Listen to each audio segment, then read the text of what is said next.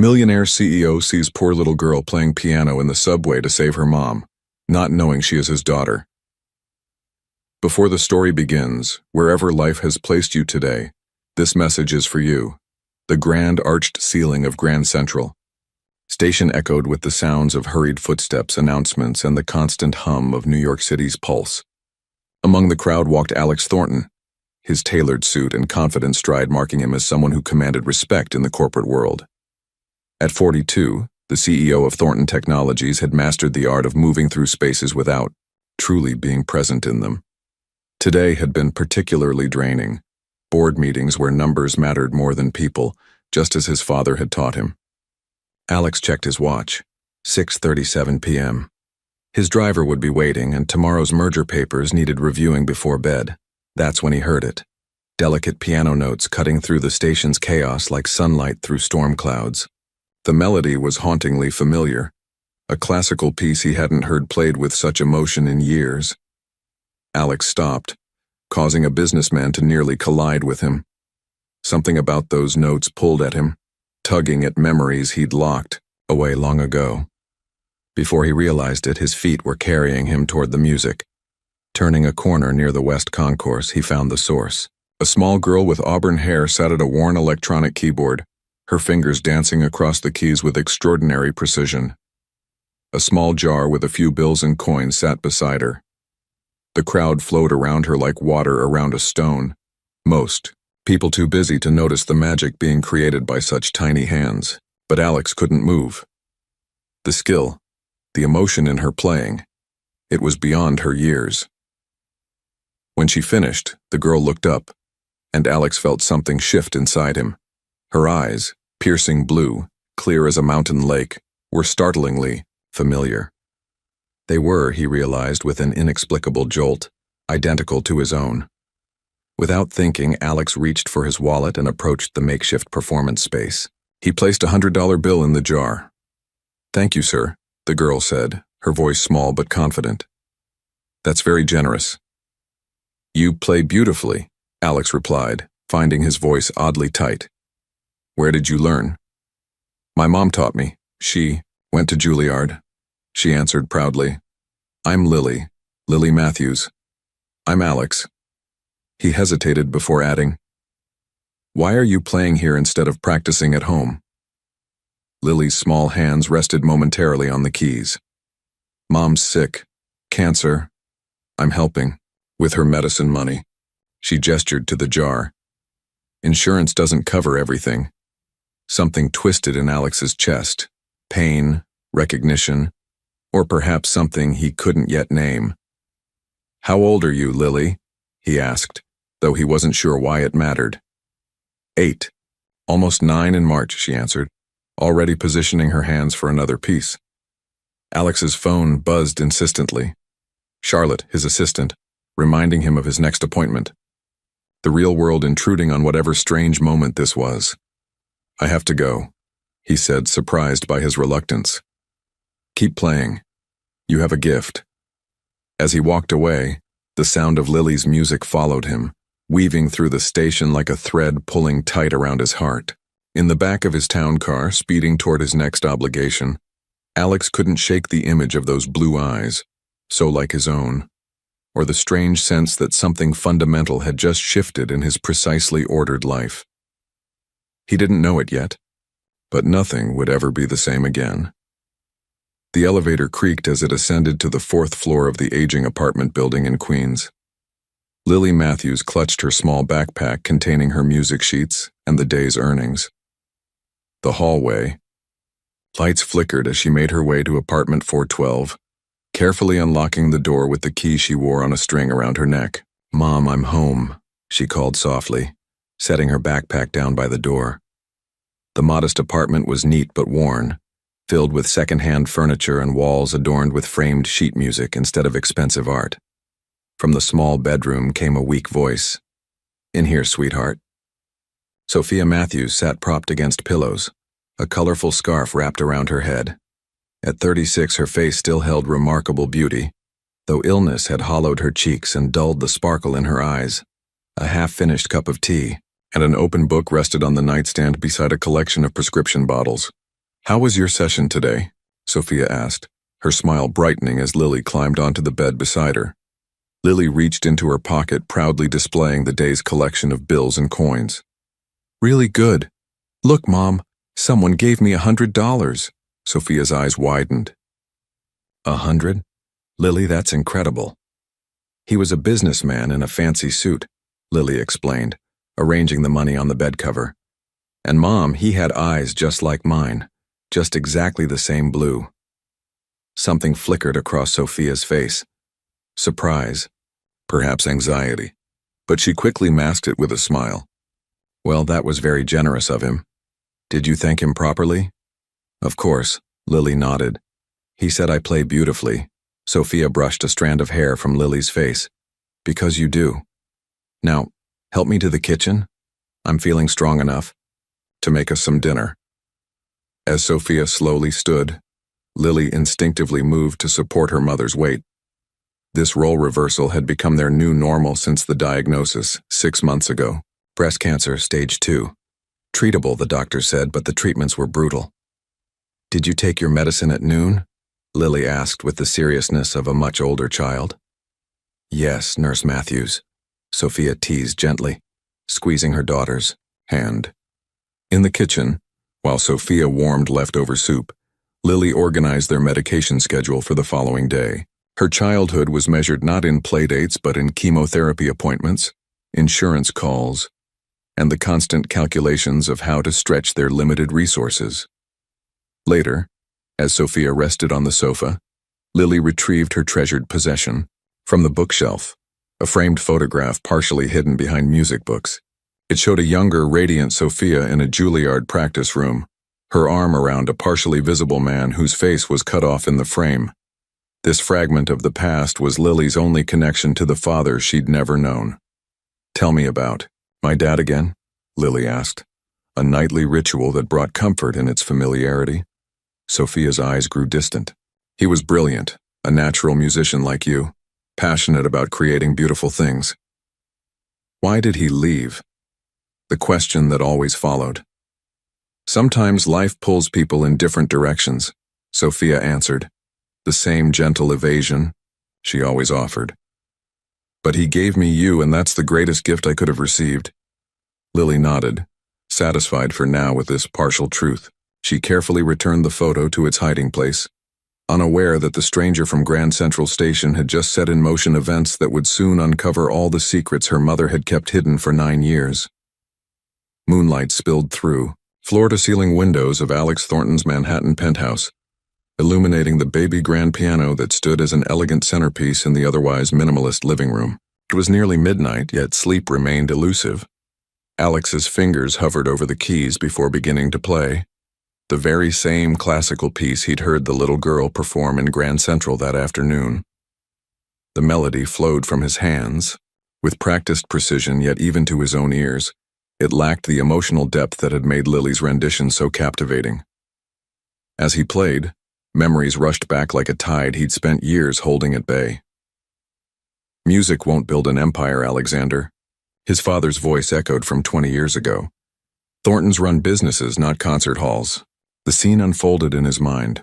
19-year-old Alex standing in this very apartment. Then his father's, with acceptance letters from both Juilliard and Harvard Business School on the table between them. Richard Thornton had been unmovable, his steel gray eyes cold as he tore the Juilliard letter in half. This discussion is finished. You'll attend Harvard in the fall. Alex's fingers faltered on the keys as the bitterness of that moment resurfaced. His father had been dead for 2 years now, yet his influence remained, woven into the fabric of Alex's carefully constructed life. The intercom buzzed, breaking his reverie. Mr. Thornton? It's Charlotte. I have those contracts you requested, came his executive assistant's voice. Alex glanced at his watch, surprised. Charlotte, it's midnight. What are you still doing at the office? The next tech merger won't prepare itself, she replied with her typical efficiency. May I come up? Minutes later, Charlotte Reynolds stood in his living room, her tailored suit as pristine as it had been 14 hours ago when their workday began. She placed a folder on the coffee table but paused when she noticed the piano with its open sheet music. "I didn't know you still played," she remarked, genuine surprise in her voice. "I don't," Alex said, closing the piano lid. "Not really." Charlotte had been with him for 7 years, long enough to notice the subtle changes in his demeanor.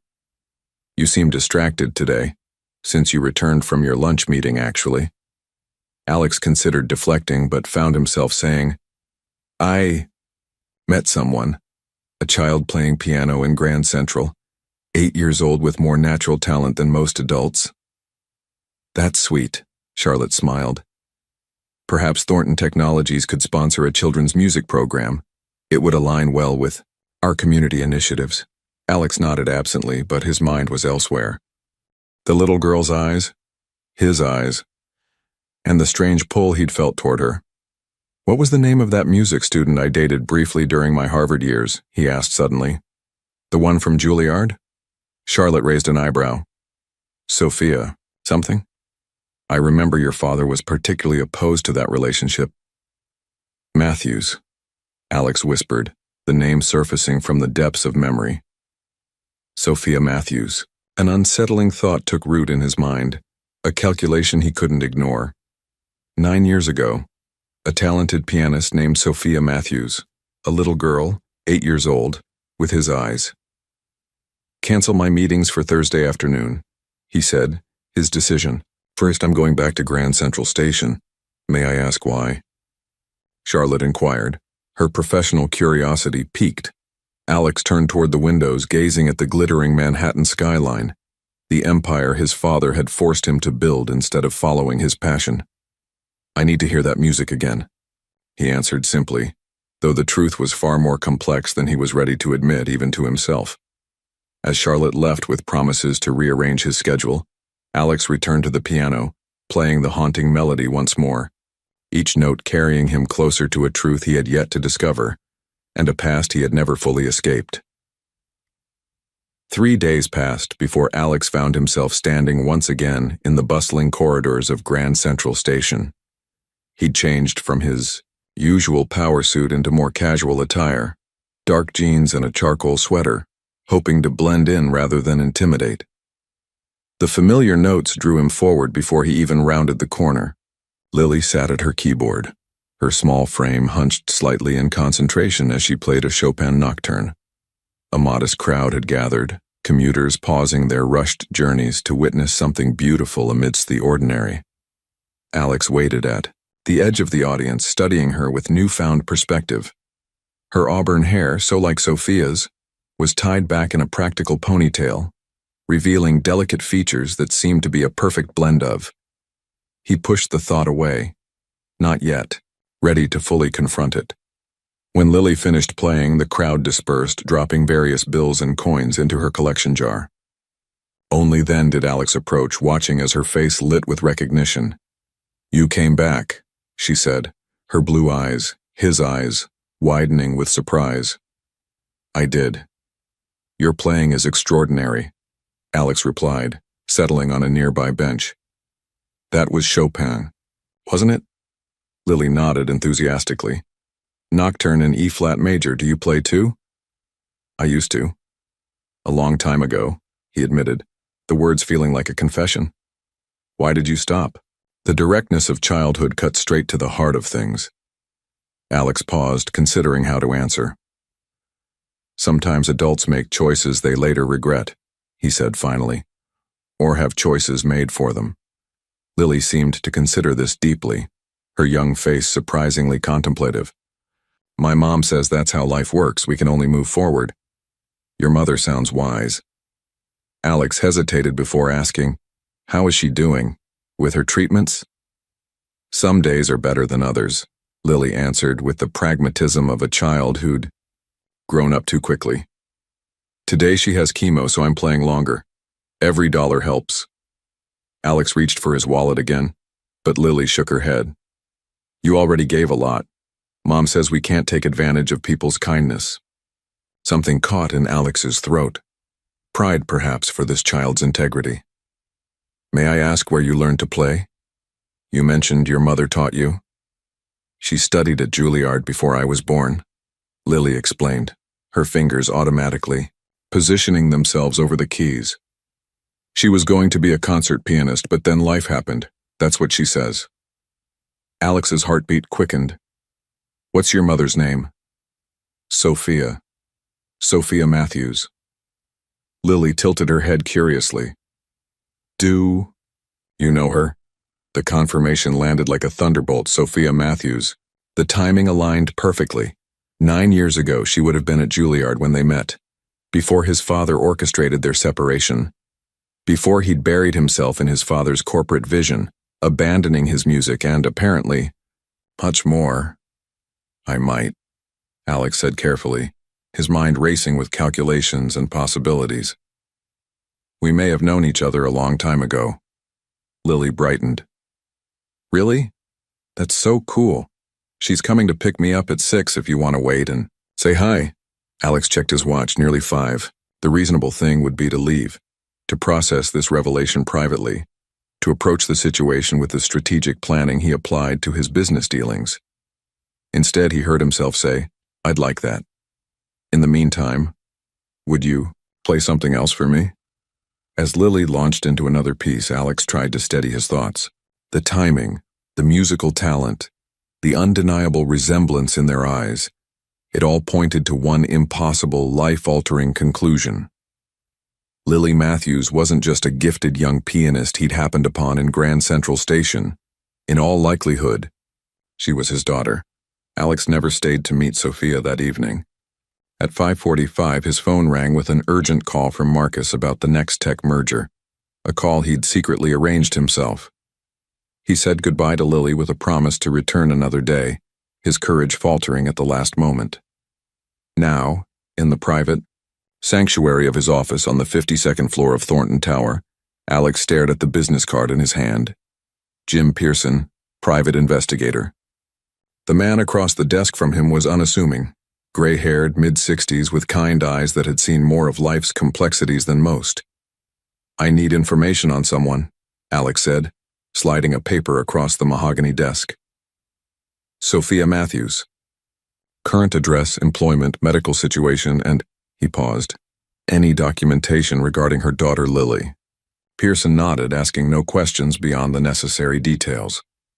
Discretion is paramount, Alex emphasized. This isn't corporate espionage. It's personal. Understood, Mr. Thornton. I'll have preliminary information for you within 48 hours. After Pearson left, Alex sat alone with his thoughts. The rational part of his brain, the business executive his father had crafted, told him to maintain distance until he had facts. The part of him that had been suppressed for decades, the musician, the man who had once loved Sophia, urged immediate action. The next morning, the discreet file landed on his desk. He closed his office door before opening it. Sophia Matthews, 36. Currently employed part-time teaching piano at the Riverside Community Center when her health permitted. Single, never married. Diagnosed with stage 2 breast cancer 6 months ago. Insurance coverage basic, medical bills mounting. Receiving treatment at Memorial Hospital under Dr. William Brooks. And there it was, a copy of Lily Matthews' birth certificate. Father, unknown. Date of birth, March 15, 2017. 9 months after his father had effectively ended his relationship with Sophia, Alex stared at the ceiling, memories flooding back. The summer of 2016, meeting the brilliant piano student during a rare rebellion against his father's control. Their intense connection, the shared passion for music, the plans they'd begun to make before Richard Thornton intervened. He'd never known she was pregnant. Had she tried to tell him? Without consulting anyone, Alex made a call to his foundation director.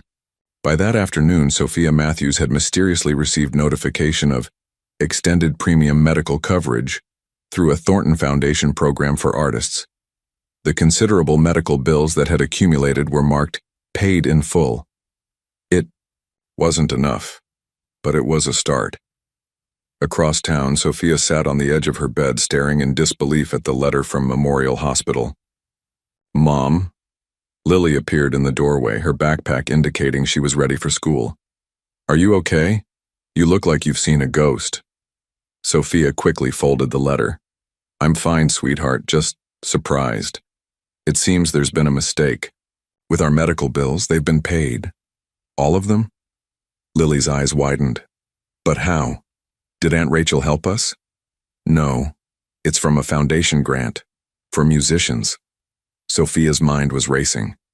The timing, right after Lily mentioned meeting a businessman at Grand Central. It couldn't be coincidence. After seeing Lily off to school, Sophia pulled out an old shoebox from the back of her closet. Inside lay memories she'd preserved, despite their pain, concert programs from Juilliard, dried flowers, and beneath it, all, a photograph.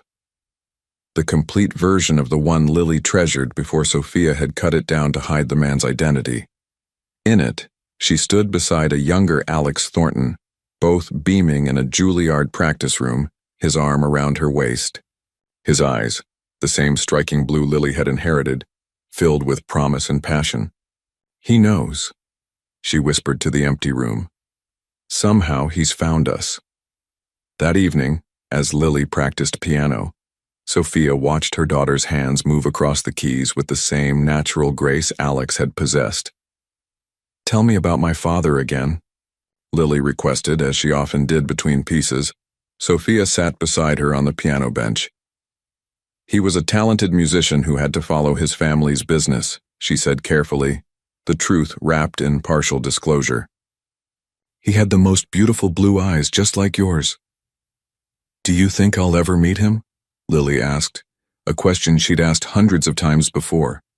For the first time in 9 years, Sophia's answer changed. Perhaps someday, she said softly, unaware that someday was approaching faster than she could possibly imagine. 4 weeks after his first encounter with Lily, Alex stood in the boardroom of Memorial Hospital, surrounded by administrators eager to accept a generous donation from Thornton Technologies. The company would sponsor a new music therapy program for cancer patients, a program conveniently located on the same floor where Sophia Matthews received her treatments. The Thornton Foundation believes in healing through music, Alex explained, his voice steady despite his racing heart. We'll provide instruments, instructors, and performance spaces throughout the hospital. Dr. Andrea Wilkins, the hospital director, beamed. This is tremendous, Mr. Thornton. May I ask what inspired such a specific initiative? Personal experience, he answered simply. Music heals what medicine sometimes cannot. The truth was more calculated. This program created a legitimate reason for his presence at the hospital without raising suspicions. A chance to observe Sophia before approaching her directly. That chance came sooner than expected. As Alex toured the oncology wing, he spotted her immediately, thinner than he remembered, a colorful scarf wrapped around her head, but unmistakably Sophia. She sat in a treatment chair, an IV connected to her arm, flipping through a magazine while a nurse checked her vitals. Alex's steps faltered. 9 years had passed since he'd seen her, since his father had orchestrated their separation with lies and manipulation. The woman who might have become his wife, the mother of his child, reading a magazine while poison dripped into her veins to keep her alive. Dr. Wilkins followed his gaze. That's one of our weekly patients, Ms. Matthews. Remarkable woman, still. Teaches piano despite everything. Her daughter performs at Grand Central to help with expenses. Alex nodded, feigning polite interest while his mind raced. He couldn't walk away now. Taking a deep breath, he approached as Dr. Wilkins continued the tour with the rest of the group. Sophia? She looked up, her expression transforming from confusion to shock in an instant. Alex. He stood awkwardly beside her chair. I didn't expect to see you today. I'm here announcing a music therapy program. Of course you are, Sophia replied, her tone guarded. Her eyes, different from Lily's, a warm brown rather than piercing blue, studied him carefully. Quite a coincidence. Is it? He held her gaze, a moment of tense silence stretched between them. Finally, Sophia glanced at the clipboard hanging from her treatment chair. Alex's eyes followed hers, catching sight of the paperwork with Lily's name listed as emergency contact. Below it, birth date March 15th, 2017. "She has your eyes," Sophia said quietly, confirming what didn't need confirmation. "When were you going to tell me?" The question emerged more sharply than he intended. "I tried," she answered, her voice steady despite the emotions clearly churning beneath. "Your father made it very clear you wanted nothing to do with us." The nurse returned before Alex could respond. "Ms. Matthews, we need your updated insurance information." She handed Sophia a tablet displaying the Thornton Foundation logo prominently at the top of the screen. Sophia looked from the tablet to Alex, comprehension dawning. "The foundation grant, that was you." "The least I could do," he said softly. "Mr. Thornton," Dr. Wilkins called from down the hall. "The board members are waiting for you in the conference room." Alex hesitated, torn between professional obligation and 9 years of unanswered questions. "We need to talk, Sophia. About everything." "Lily performs at Grand Central on Thursdays and Fridays," she replied, her eyes holding his. "I pick her up at 6. He understood her meaning instantly. She was offering a controlled meeting, a chance to reconnect as the adults they'd become, not the young lovers who'd been forced apart. "I'll be there," he promised, before rejoining his group. As he walked away, Alex felt Sophia's gaze on his back, and the weight of all they'd lost and possibly found again settled on his shoulders. By the time he reached the conference room, one thought dominated his mind. The child he'd discovered by chance, drawn by her music, was undeniably his daughter, and nothing in his carefully constructed world would ever be the same again. The giant clock in Grand Central showed 5:15 p.m. as Alex approached Lily's performance spot for what had become a twice-weekly ritual over the past 3 weeks. She was playing Beethoven today, her small fingers stretching to reach complex chord progressions. The case of her electronic keyboard now displayed a neat handwritten sign: "Music for Mom's Medicine." Alex had been careful, building trust gradually, never revealing the truth before Sophia deemed it appropriate. To the outside world, he was simply a patron of the arts, a businessman who appreciated musical talent. To Lily, he was becoming a mentor, perhaps even a friend. He placed his customary donation in her jar and waited until she finished playing. "That was beautiful, Lily. Your dynamics are improving." She beamed at the recognition. "I've been practicing. Mom says you have to feel the music, not just play the notes." "Your mom is absolutely right." Alex reached into his messenger bag, a departure from his usual briefcase, and pulled out a folder of sheet music. "I thought you might enjoy trying these pieces." Lily's eyes widened as she flipped through the pages. "These are amazing. But," she hesitated, "some look really difficult." "That's why I brought you this," Alex said, producing a small digital tablet. "It's loaded with tutorials and has an app that can help you work through challenging passages. The battery lasts for days, and you can use it anywhere." "I can't take this," Lily protested, though her fingers were already tracing the screen with longing. "It's too expensive." "It's not a gift, it's a loan," Alex clarified, having learned that Sophia had instilled fierce independence in her daughter. "A proper musician needs proper tools. You can return it when you've mastered everything on it." Lily laughed. "That could take years." "Then I suppose we'll have to keep meeting for years," Alex replied, his heart warming at how natural it felt to plan a future that included this remarkable child. His child. "Hello, Alex." He turned to find a woman watching them with cautious eyes. She wasn't Sophia, who had texted him earlier that her treatment had been rescheduled. "You must be Rachel," he said, recognizing her from Jim Pearson's thorough background report. Rachel Wilson, 38, nurse at Memorial Hospital and Sophia's closest friend since college. The person who watched Lily during Sophia's treatments and consequently a potential ally or formidable obstacle. "And you're the mysterious businessman who's suddenly very interested in a little girl's piano playing," Rachel replied, her protective instinct evident in every word. Lily, oblivious to the tension, interrupted. "Rachel, look what Mr. Thornton brought me." A piano tablet with tutorials and everything. Rachel's eyebrows lifted slightly at his surname. Thornton? As in Thornton Technologies? The very same, Alex confirmed, meeting her scrutinizing gaze steadily. Lily, why don't you pack up your things while I chat with Mr. Thornton? Rachel suggested, her tone leaving no room for negotiation. Once Lily was occupied, Rachel turned to Alex, arms crossed. Sophia told me about your history. What exactly are your intentions here? The directness of the question was refreshing after weeks of careful navigation. To be whatever Lily needs me to be, he answered honestly. At Sophia's discretion. And if Sophia's health continues to decline, what then? The possibility struck Alex like a physical blow. The investigators' report had been optimistic about Sophia's prognosis, but cancer was unpredictable. Then I'll be there for Lily, he said firmly. In whatever capacity Sophia feels is appropriate. Rachel studied him for a long moment before her posture softened slightly. Lily's flourishing with your encouragement. Her playing has improved tremendously. But if you hurt her, or Sophia, I understand.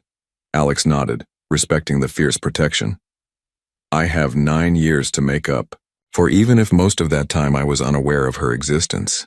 Their conversation was interrupted by Lily's return, keyboard packed away, tablet clutched protectively to her chest. Already, as they prepared to leave, Alex's phone rang, an unfamiliar number with the Memorial Hospital prefix. Concern immediately flooded him. Excuse me, I need to take this, he said, stepping aside. The voice on the other end was clinical, efficient. Mr. Thornton, this is Memorial Hospital.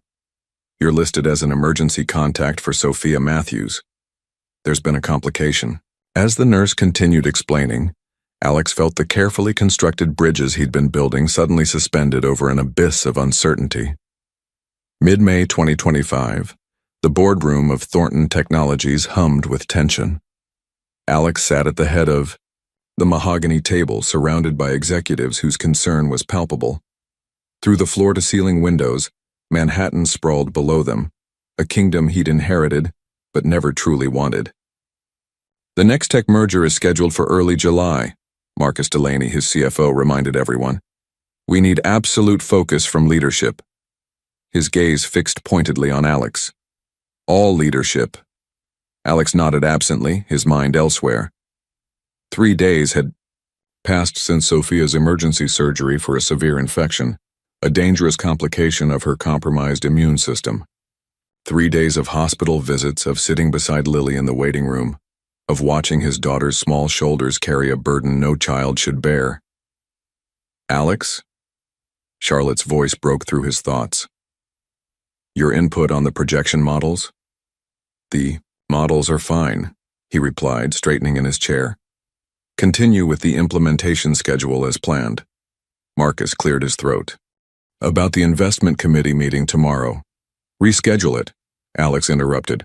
I have a prior commitment. The prior commitment was Lily's return to Grand Central after her 3-day absence. He'd promised to be there, to provide some normalcy while Sophia stabilized. After the meeting adjourned, Marcus lingered, closing the boardroom door. A word, Alex? Marcus had been with Thornton Technologies for 15 years, longer than Alex himself.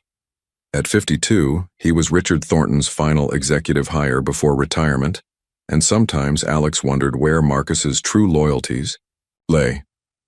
I've noticed your distraction these past weeks, Marcus began, his tone carefully balanced between concern and criticism.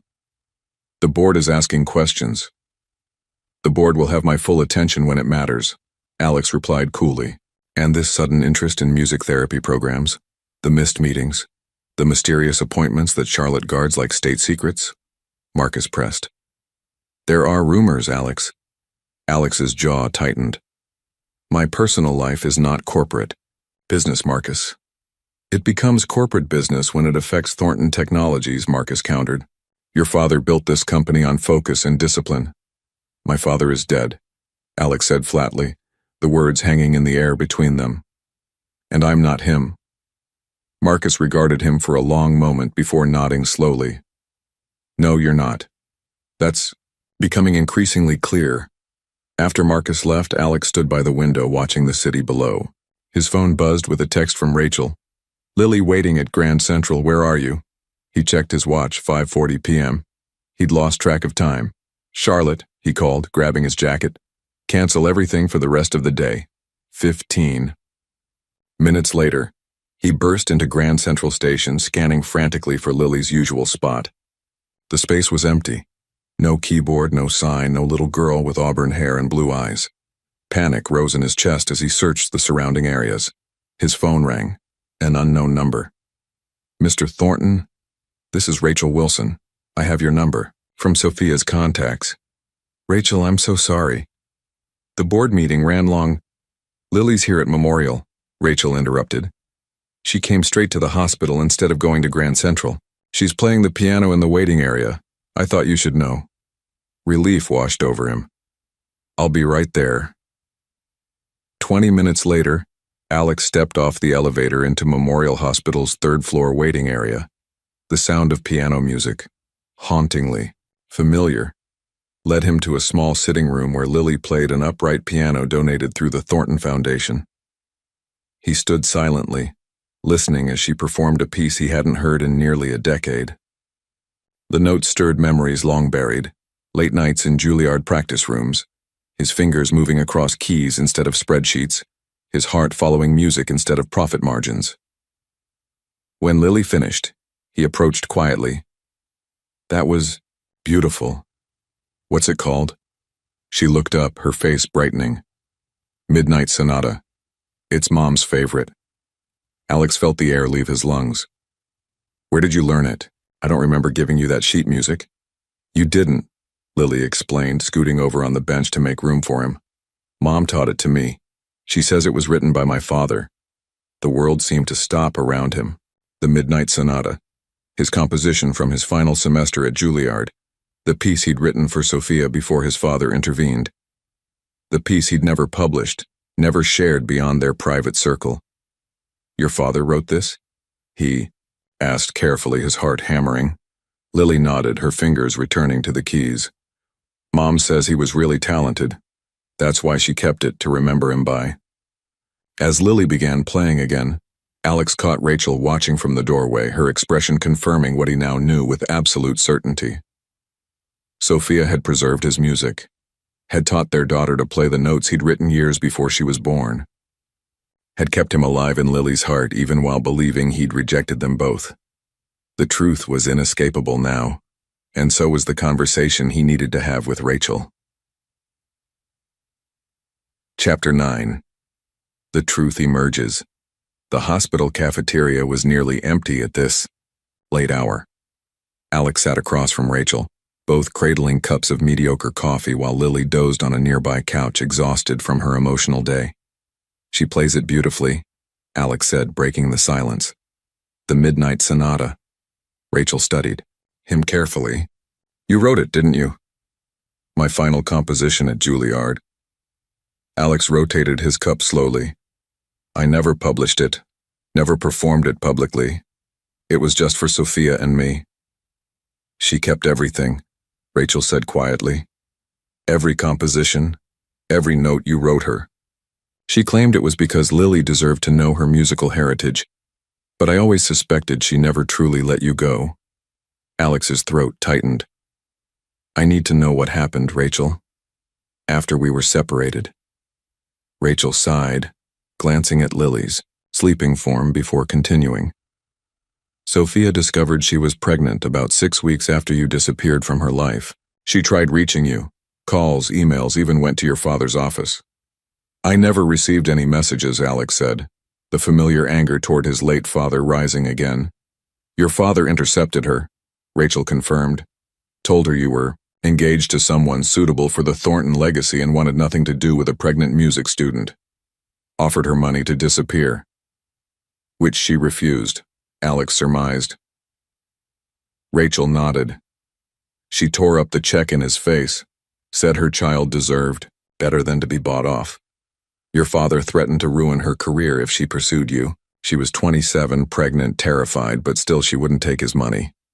Alex closed his eyes briefly, imagining Sophia facing down Richard Thornton, a formidable opponent even for seasoned executives. She never told anyone you were Lily's father, Rachel continued. Not even me until recently. She created that story about a talented musician forced into business to explain Lily's father without lying. She thought it would be easier for Lily to believe her father didn't know about her than to think he'd rejected her. But she kept my music alive, Alex said, the realization both painful and beautiful. Music was her connection to you, and Lily's inheritance. She made sure Lily would know that part of you even if she never met you. Rachel hesitated. When she got sick, she added you to her emergency contacts. I think part of her always hoped someday that I would find them, Alex finished. Rachel nodded. Sophia's strongest trait has always been hope, even facing cancer, even raising Lily alone. She never became bitter. Alex looked toward Lily, her small chest rising and falling in peaceful sleep, unaware of the truths being spoken about her existence. What happens now? Rachel asked. I need to talk to Sophia, Alex replied. Once she's stronger, we need to decide together how to tell Lily, how to move forward. And if Sophia doesn't recover? Rachel's question was gentle but necessary. The possibility sent ice through Alex's veins. Then I'll be there for Lily, in whatever capacity she needs. You'd change your entire life? Give up board meetings and corporate jets for school pickups and homework? Without hesitation, Alex answered, surprising himself with the immediacy of his response. Rachel considered him for a long moment before reaching a decision. Sophia regains consciousness tomorrow morning. The doctors are keeping her sedated until then. Be here at 10. I'll make sure you have time alone with her. As Rachel gently woke Lily to take her home, Alex remained at the table, contemplating the conversation that awaited him and the new beginning it might represent for all of them. The steady beep of medical monitors provided a somber soundtrack as Alex entered Sophia's hospital room. 3 days after her emergency surgery, she sat propped against pillows, pale but alert. Sunlight streamed through half-drawn blinds, casting alternating patterns of light and shadow across the bed. Their eyes met, and 9 years collapsed into a heartbeat. Rachel said you wanted to talk, Sophia said, her voice stronger than he'd expected. Alex moved to the chair beside her bed, not yet sitting. Is this a good time? The doctors say I'm stable, she finished. And we've waited long. Enough, don't you think? He nodded, settling into the chair. For a moment, neither spoke, the weight of unshared years hanging between them. Lily plays the Midnight Sonata beautifully, Alex finally said. A small smile touched Sophia's lips. She does. Better than I ever could. Why did you teach it to her? After everything that happened? Sophia looked toward the window. Because regardless of how things ended between us, that music was part of her heritage. I wanted her to have something real of you, even if she never knew who you were. I would have been there, Sophia, Alex said, the words emerging more intensely than he intended. If I had known about her, would you? Sophia challenged gently. Your father made a convincing case that you'd chosen your path, and it didn't. Include a pianist from Juilliard or an unexpected child. My father lied, Alex stated flatly. To both of us. Sophia studied him, her gaze penetrating. I suspected as much eventually, but by then years had passed. You were CEO of Thornton Technologies, featured in business magazines. I was a single mother teaching piano lessons. The gap seemed unbridgeable. Until cancer forced your hand, Alex observed. Cancer clarifies priorities, she acknowledged. When your mortality becomes tangible, you start considering contingencies you'd rather not face. Like who would care for Lily if you couldn't? Sophia nodded. I added you to my emergency contacts 6 months ago when I was diagnosed. I never expected you'd actually appear in Grand Central Station like some scene from a film. I heard her playing, Alex said simply. I was drawn to the music before I ever saw her face. She inherited your gift, Sophia said, and your eyes. A comfortable silence settled between them, the first since their reunion. Outside the door, hospital staff bustled past, a world continuing while theirs paused for this necessary conversation. "I want to know her, Sophia," Alex said finally, "not just as the man who brings her sheet music twice a week, as her father. And your company, your board, the life you've built, will adjust," he said with newfound certainty. "Or they won't. Either way, I won't miss another day of her life if I can help it." Sophia's expression softened. She's not going to understand immediately. She may be angry we kept this from her. "We'll handle it together," Alex promised, then hesitated. "If that's what you want." "What I want," Sophia said carefully, "is for Lily to have her father in her life. What I want is for her future to be secure if this cancer takes an unexpected turn." "It won't," Alex said quickly. "Dr. Chen is an excellent oncologist," Sophia acknowledged, "but we need to be realistic. I want legal protection for Lily. A paternity test to formalize your rights as her father." The clinical terminology jarred Alex. "You don't trust my word?" "I trust your intentions today," Sophia replied, "but I need to ensure Lily's tomorrow regardless of what happens to either of us. The paternity test isn't about trust, it's about protection."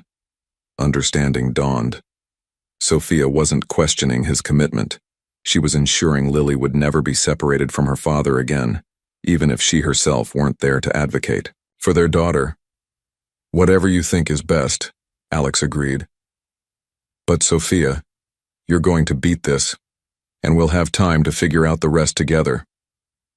She reached for his hand, her fingers cool against his. "We'll take it one day at a time, starting with telling Lily the truth when I'm discharged, not before." "Agreed," Alex said, squeezing her hand gently. "One day at a time." As he left the hospital room, Alex felt both weight and weightlessness, the burden of 9 lost years alongside the lifting of secrets too long kept. The path forward wasn't clear, but for the first time in memory, it felt right. Late May sunshine dappled the walkways of Grand Central Station as commuters streamed past Lily's performance spot. But today was different. Today, Alex sat beside her at a portable digital piano he'd brought, their fingers creating harmony on neighboring keys. Together, they played a simplified duet version of Bach that Alex had arranged specifically for their skill differential. Commuters slowed. Phones emerged to capture the unlikely pair, the distinguished businessman and the little girl performing with surprising synchronicity. "Your left hand is rushing," Alex murmured between phrases, his guidance gentle but precise. Lily corrected immediately, her ear as keen as his. "Your turn is coming up," she reminded him with a grin as they approached his solo section. 2 weeks had passed since Sophia's surgery. The paternity test had confirmed what they already knew, the documents filed discreetly with help from Thornton Technologies' legal team. Sophia had begun treatment with Dr. Catherine Chen, the oncology specialist Alex had arranged, whose innovative protocol was already showing promising results. Yet they hadn't told Lily. Sophia wanted to regain her strength first, to be fully present for whatever reaction their revelation might trigger. So Alex continued his role as mentor, now openly coordinating with Sophia, building the foundation of a relationship that would eventually unveil its true nature. As they finished their duet, applause erupted from the gathered crowd. A commuter approached, phone still recording. "That was amazing. Do you perform here regularly?" she asked. "Tuesdays and Fridays," Lily answered confidently. "We're raising money for cancer research." Alex had insisted they redirect her fundraising toward research rather than personal medical bills, which he now covered completely. Lily had embraced the new mission wholeheartedly, proud to help others like her mother. "You two are naturals together," the woman commented. "Father and daughter?" The innocent question hung in the air. Alex felt his heart stutter as Lily looked up at him, curiosity in her blue eyes, his eyes. "We're musical partners," Alex answered smoothly, ruffling Lily's hair with casual affection that disguised his internal turmoil. After the crowd dispersed and they packed up their instruments, Alex's phone vibrated. Marcus Delaney's name flashed on the screen, but he silenced it without answering. "Don't you need to take that?" Lily asked, ever observant. "It can wait," Alex replied, helping her with her backpack. "Some things are more important than business." As they walked toward the exit where Rachel waited to take Lily home, Alex's phone buzzed again, this time with a news alert. Thornton Technology CEO Alexander Thornton spotted performing with young pianist in Grand Central. Video goes viral. He sighed, showing the alert to Rachel as Lily ran ahead to a nearby pretzel stand. "That didn't take long," Rachel commented, skimming the article. "Are you ready for this? The questions it will raise?" "I don't have a choice," Alex replied. "The truth will come out eventually. I'd rather it be on our terms, but if not..." He shrugged. "Sophia and Lily are my priority now." Rachel studied him, her initial suspicion having evolved into cautious respect. "You've changed, Thornton. When Sophia first told me who you were, I expected a corporate shark too busy for a child he never wanted. That's who my father trained me to be," Alex acknowledged. "But it's never who I wanted to be." His phone rang again, Charlotte this time. Unlike Marcus, she deserved an answer. "I've seen the video," she said without preamble when he answered. "Marcus is calling an emergency board meeting tomorrow morning. He's suggesting your public behavior might impact the next tech merger." "I'll handle Marcus," Alex replied, watching Lily laugh as she shared her pretzel with Rachel. "The merger isn't at risk." "Alex," Charlotte's voice lowered. "Is she your daughter? The timing fits and the resemblance..." "Yes," he said simply, the first time he'd acknowledged the truth to anyone in his corporate life. "She is." "Then handle this carefully," Charlotte advised, "not just for the company but for her." After ending the call, Alex rejoined Lily and Rachel, accepting the piece of pretzel Lily offered him. Tomorrow would bring corporate battles and strategic decisions, but today, watching Lily's animated description of the music she wanted to learn next, today was perfect exactly as it was. Early June brought warm evenings to Manhattan, perfect for the dinner Alex had arranged in his penthouse apartment. The terrace doors stood open, allowing a gentle breeze to carry the scent of the rooftop garden inside. Sophia sat at the table, noticeably stronger than she'd been even a week ago. Dr. Chen's treatment protocol was working. Her color had improved, and she'd regained some of the weight her illness had stolen. "This view is incredible," she said, gazing at the city lights emerging as dusk settled. "Lily hasn't stopped talking about it since she arrived." Alex smiled, watching as Lily explored his living room, drawn inevitably to the baby grand piano in the corner. Her fingers traced the polished wood with reverence. "May I?" she asked, looking back at the adults. "Of course," Alex nodded, sharing a meaningful glance with Sophia. They'd agreed tonight wouldn't be the night for revelations, but rather for building comfort and connection. As Lily began to play, Alex moved to the kitchen to finish preparing their meal. A simple pasta dish from a recipe Sophia had mentioned was Lily's favorite. Cooking was a newly discovered pleasure, one of many simple joys he denied himself in his corporate ascent. "Need help?" Sophia asked, joining him at the counter. "I think I've got it," he replied, then laughed self-consciously. "Though I'm not sure I've ever cooked for anyone before." "Never?" Sophia raised an eyebrow. "My father believed hiring people was more efficient than learning skills he considered unnecessary," Alex explained, stirring the sauce. "I inherited his staff along with his company.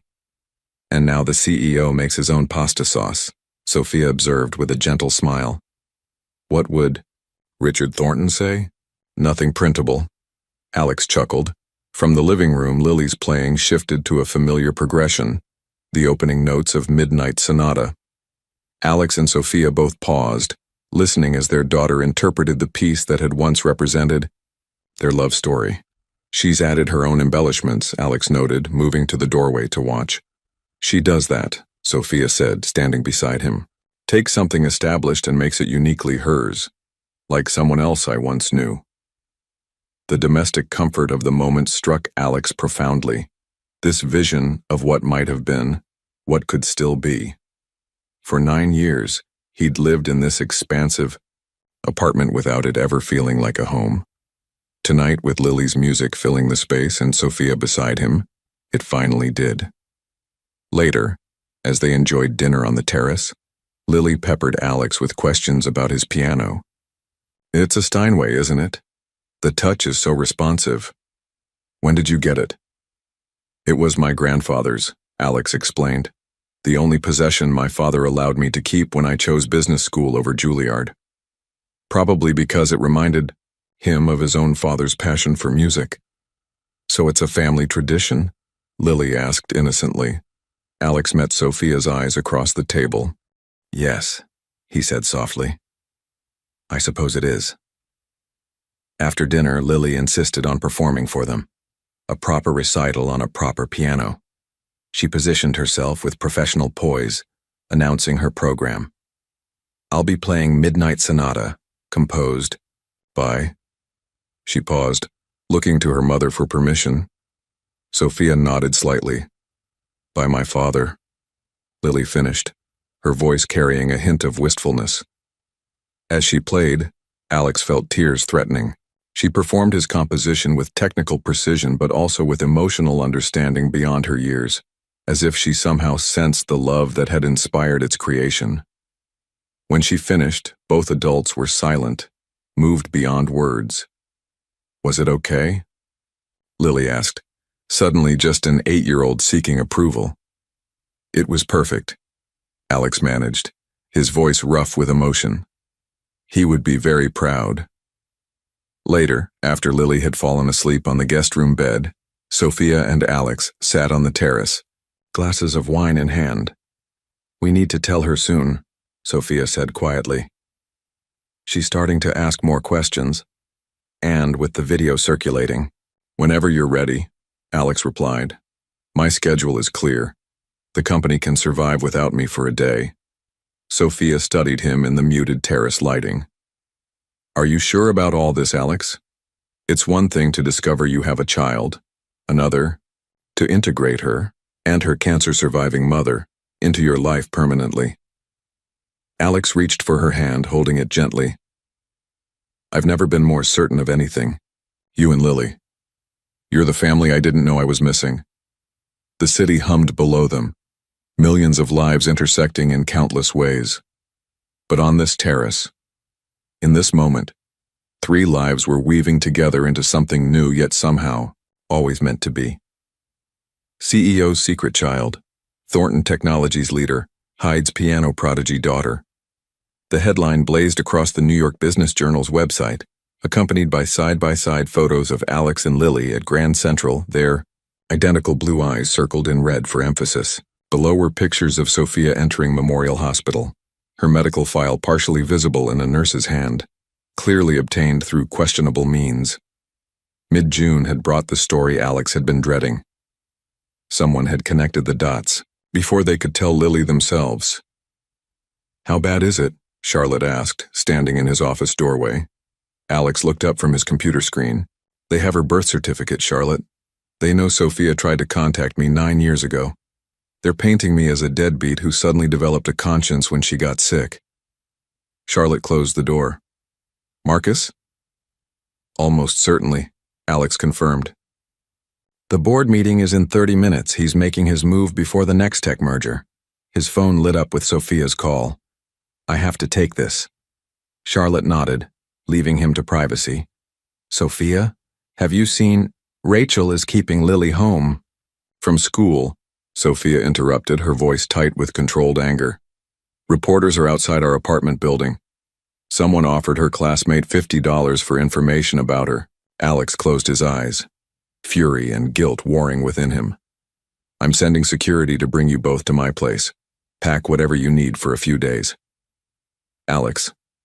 Sophia's voice softened slightly. "This isn't your fault." "It is," he countered. "And I'll fix it.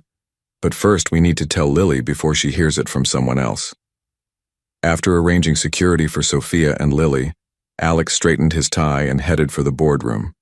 The faces that greeted him ranged from concerned to calculatingly neutral. At the far end sat Marcus, a manufactured expression of regret barely concealing his satisfaction.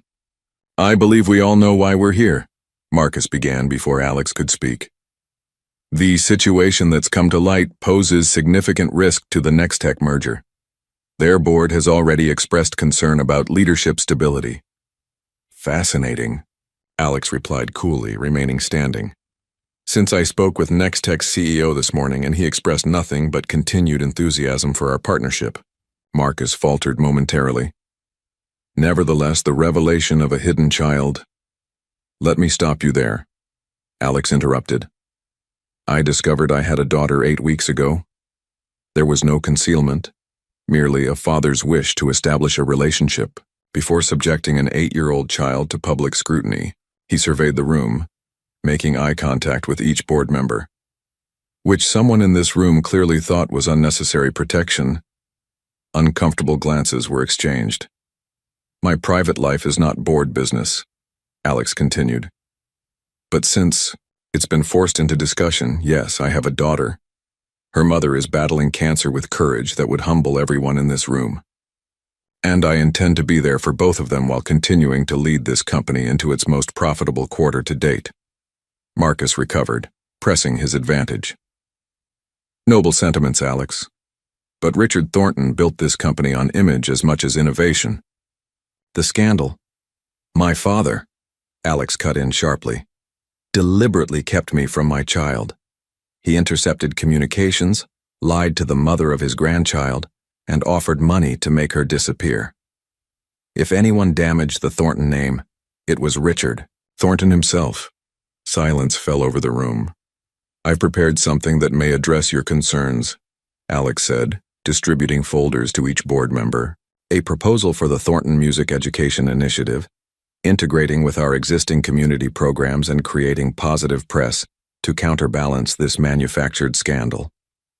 The board members flipped through the detailed prospectus: community, music schools in underserved areas, scholarships, technology grants for music education. "This isn't damage control," noted Eleanor Winters, the board's longest-serving member. "This is a fully developed program." "Because it's not a reaction to crisis," Alex explained. "It's the integration of who I truly am with the company I lead. Something my father never permitted." Eleanor studied him thoughtfully. "Richard was my friend for 40 years, but he was wrong about many things, particularly what makes a man worthy of respect." She closed her folder decisively. "I move to table any discussion of leadership changes and endorse Alex's initiative immediately." As murmurs of agreement spread through the room, Marcus's face hardened. "This doesn't change the fact that you've been distracted, Alex. The merger is proceeding perfectly on schedule," Alex finished for him. "As you'd know if you'd attended the strategy meeting this morning instead of leaking stories to the press." Marcus blanched slightly. "Now, if you'll excuse me," Alex said, gathering his materials. "My family needs me. Charlotte will handle the rest of today's agenda." As he walked out, leaving the boardroom in stunned silence, Alex felt lighter than he had in years. The corporate world that had once defined him now seemed merely one aspect of a life that was finally, truly, his own. Independence. Day dawned clear and bright. The city quieter than usual as many New Yorkers had escaped to beaches and summer homes. For Alex, Sophia, and Lily, the holiday provided perfect timing. A day free from school, work, and the press attention that had finally begun to wane. They'd chosen Central Park for this moment, finding a secluded spot near the Bethesda fountain, where Lily could run freely if she needed space to process what they were about to tell her. Sophia spread a picnic blanket beneath a massive oak tree, her movement stronger than they'd been in months. Dr. Chen's treatment was working remarkably well. Her latest scans showed significant reduction in tumor size. "Can we get ice cream after?" Lily asked, arranging the picnic items they'd brought from Alex's apartment, where they'd been staying since the media storm erupted. "We'll see," Sophia answered, exchanging a nervous glance with Alex. They'd rehearsed this conversation repeatedly, consulting a child psychologist for guidance on the best approach. When they were settled, Alex handed Lily the small gift box they'd prepared. "What's this for?" "It's not my birthday," Lily said, curious. Just open it, Sophia encouraged gently. Inside, Lily found a delicate silver bracelet with 3 charms, a piano, a tiny music sheet, and a heart. She held it up, admiring how it caught the sunlight. It's beautiful, thank you. She immediately extended her wrist for Alex to help fasten it. Lily, Sophia began, do you remember asking me about your father? About why he wasn't in our lives?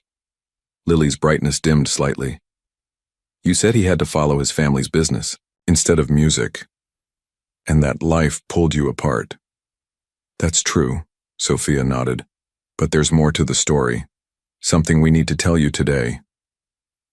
Lily looked between them, suddenly serious. Is it because of those reporters? The ones who took our picture? Partly, Alex admitted, but mostly because it's time you knew the whole truth. Sophia took Lily's hand. Your father didn't know about you, sweetheart. His father, your grandfather, kept my messages from him when I tried to tell him I was pregnant. Lily's brow furrowed. So he didn't leave us on purpose?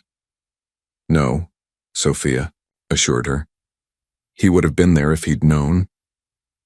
And now? Lily asked, her voice small but steady. Does he know now? Alex's heart hammered in his chest as he gently took Lily's other hand. I know now, Lily.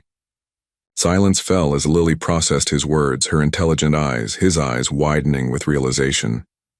You, she whispered. You're my father. Alex nodded, words temporarily beyond him. Lily pulled her hands away, standing abruptly. But you've been coming to watch me play for weeks. You gave me music and the tablet, and why didn't you tell me? We wanted to be sure, Sophia explained, and we wanted to get to know each other first to make sure everything would be okay. So you've both been lying to me, Lily concluded, the hurt evident in her voice. This whole time? Not lying, Alex said carefully, waiting for the right moment. We didn't want to confuse or upset you. I'm not a baby, Lily protested, tears welling. I could have handled it. You're right, Sophia acknowledged. Maybe we were protecting ourselves as much as you. I was afraid you'd be angry that I kept you from your father, even though I thought I was doing what was best. And I was afraid you might not want me in your life, Alex admitted, after being absent for so long. Lily paced the small area, processing. Finally, she turned to them both. All those times you said my father wrote Midnight Sonata. You meant him? She pointed at Alex. Sophia nodded. He composed it when we were together at Juilliard, before his father made him choose business instead. That's why it's your favorite, Lily realized. It reminded you of him. Something in her expression shifted as pieces fell into place.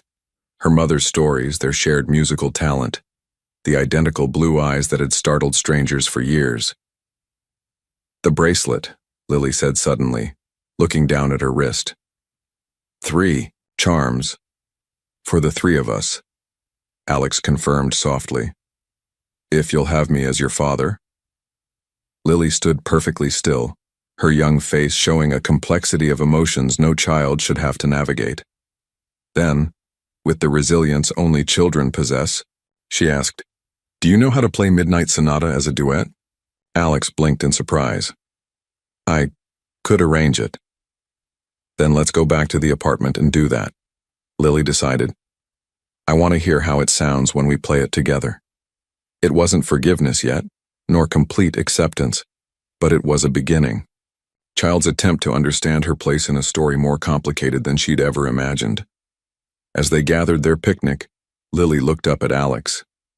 Can I still call you Alex until I get used to the other thing? You can call me whatever feels right, he assured her, his heart full beyond measure.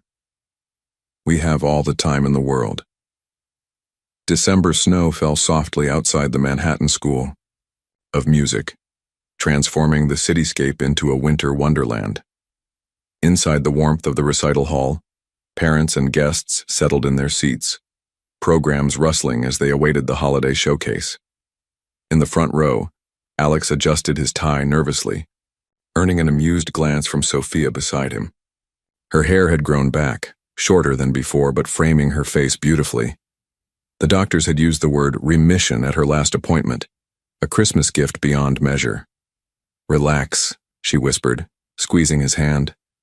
"She's been practicing for weeks. She's ready." "I know," Alex replied. "It's not her performance I'm worried about." 6 months had passed since their revelation in Central Park. 6 months of careful steps forward, occasional steps back, and the gradual weaving together of 3 separate lives into something that resembled a family. Lily had enrolled in the Manhattan School of Music's prestigious youth program, her talent flourishing under professional instruction. The house lights dimmed as the school's director took the stage, welcoming everyone to the holiday recital. Alex barely heard the opening performances, his mind focused on what was to come. Finally, the announcer's voice. "And now, Lily Matthews Thornton performing an original arrangement." Lily walked confidently to center stage, her holiday dress complimented by the silver bracelet that hadn't left her wrist since July. At 9 years old, she carried herself with poise beyond her years as she adjusted the microphone. "Before I play, I'd like to share something with you," she began, her clear voice carrying through the hall. 6 months ago, I was playing piano in Grand Central Station to help pay for my mom's cancer treatments. I'd never met my father. I thought he didn't know about me. Alex felt Sophia's grip tighten on his hand. But then something amazing happened, Lily continued. My music led him to find me. We discovered that melodies can build bridges across years and silence. She smiled toward the front row. Tonight I'm playing a piece called Midnight Sonata. My father composed it before I was born, and my mother taught it to me even when they were apart. But I've arranged it differently, as a trio, because now we're together. At her nod, Alex and Sophia rose from their seats and joined her on stage, taking positions at the waiting instruments, Alex at the grand piano, Sophia with her violin. They had rehearsed this privately, but never before an audience, as Lily began the familiar opening. Alex's entrance followed, the melody deepening with his accompaniment. When Sophia's violin joined, weaving between their piano lines, the 3 distinct voices created something entirely new. The original composition transformed by their unified presence. From his place at the piano, Alex watched his daughter's confident hands, so like his own, moving across the keys. He saw Sophia's gentle smile as her bow danced across strings. 3 separate musicians creating harmony from a piece that had once been born of love, then carried by memory, and now rebuilt into something stronger. The audience sat transfixed as the final notes faded into perfect silence before erupting into thunderous applause. Lily beamed as she stood between her parents for their bow, her hand finding Alex's with newfound comfort.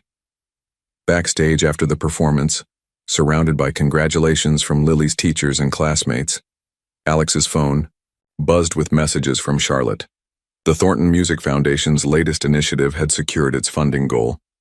The foundation that had begun as corporate damage control had evolved into his passion project, already changing lives across the city. "Dad?" Lily's voice still carried a hint of newness around the word. "Was it okay? Did I rush the middle section?" "It was perfect," Alex assured her, still marveling at being called Dad, a title more valuable than CEO had ever been. Later that evening, as they walked through light snowfall toward the waiting car, Lily skipping ahead with the exuberance of childhood, Sophia leaned against Alex's shoulder. "Not exactly how I imagined our lives would turn out," she observed. "Better?" he asked, watching their daughter's joy. "Different," Sophia corrected. "But yes, better. The long way around to where we were always meant to be." Alex wrapped his arm around her shoulders, drawing her closer against the cold. Ahead, Lily twirled in the falling snow, her face upturned to catch flakes on her tongue. Behind them, the lights of the school gleamed like the promise they'd finally fulfilled. "Some melodies," Alex said softly, "take time to find their perfect harmony." As they reached the car, Lily called out, "Can we play it again when we get home? I have ideas for making it even better. Alex laughed, recognizing his own perfectionism in her enthusiasm. Of course we can. Some distances couldn't be crossed in a single moment. Some separations left marks that needed time to heal. But with each note played together, with each shared day, the pain of their years apart faded further into memory. What remained, what grew stronger, was the music they now created together.